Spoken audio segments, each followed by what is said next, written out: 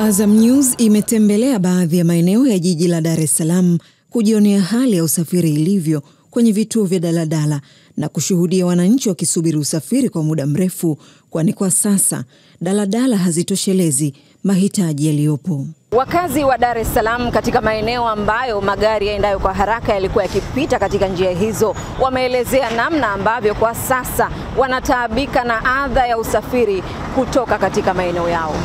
Usafiri maeneo ya kimara mwisho usafiri ni wa shida. Ndio kama hivi tumekaa kuanzia asubuhi mpaka muda huu sasa hivi namaliza lisaa la pili, natakuwa niende kazini, usafiri unasumbua. Kama itaendelea kuwa hivi, labda tunaomba magari yaweze kuongezwa kwa wingi ili changamoto iweze kupungua. Wakati wananchi wakionja chungu ya usafiri, waendesha bodaboda pamoja na bajaji wamezungumzia fursa iliyopo kwa sasa, huku wengine wakilia na ugumu wa biashara.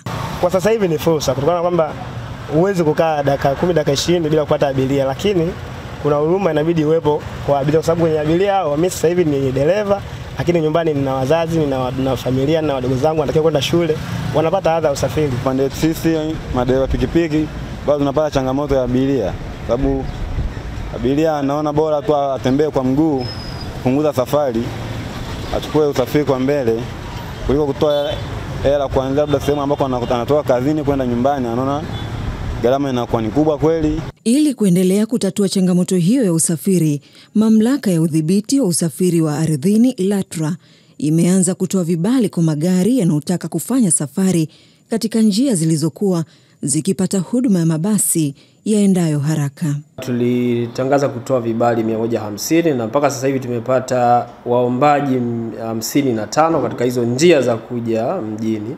Maanake mpaka sasa hivi tuna upungufu wa magari 95. Kwa hiyo pia ni wito wetu kwa wale ambao wana magari waje kuchukua vibali hivyo ili waweze kwenda kutoa huduma katika njia hiyo. Kwa upande wao, chama cha wamiliki wa daladala Dar es Salaam DACOBOA wameeleza namna walivyoipokea fursa hiyo. Tunasikia matangazo yanatoka, wakati mwingine mwendo kasi itakiwa utumike. Sasa kutokana na foleni iliyopo, tuombe waruhusiwe hata kutumia upande mmoja zile daladala ambazo zitachukua nafasi ya kufanya upande wa